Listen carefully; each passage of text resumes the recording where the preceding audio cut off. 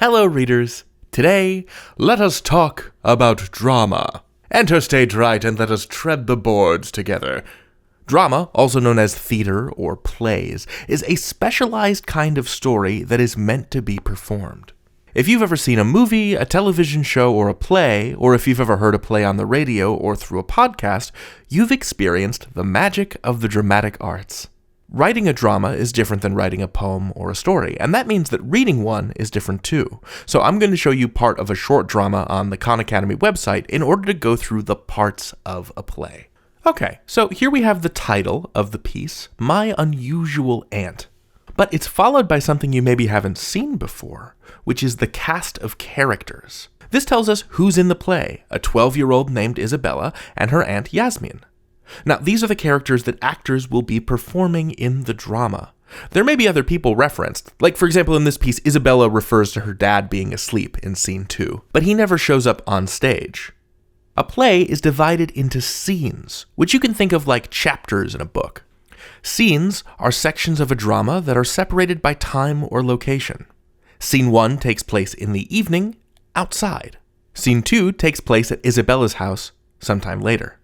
How do we know that? The setting and stage directions. So this italic, slanty text here in the brackets tells us where the scene is set in time and space. It says, evening, Isabella is walking her dog Stanley, a bat dives down. The name Isabella is in all capital letters to make sure the actor playing Isabella notices. And from this we know several things. Isabella is in this scene, she's outside, she's walking her dog, and it's nighttime.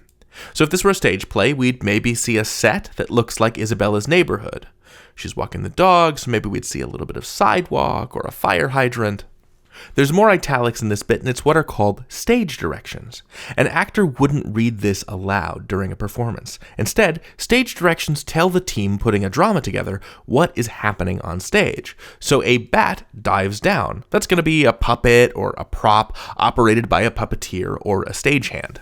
And then we have this line of dialogue spoken by Isabella reacting to the bat. Ugh, since when do we have bats in the neighborhood? Come on, Stanley, let's run home. So characters have lines. The character name indicates which character is speaking. Sometimes you'll have a stage direction just before a line of dialogue, as we can see in scene 2. Aunt Yasmin points to a giant trunk before she talks. But the actor playing her wouldn't say pointing at giant trunk aloud. That's a physical action the script is asking her to perform.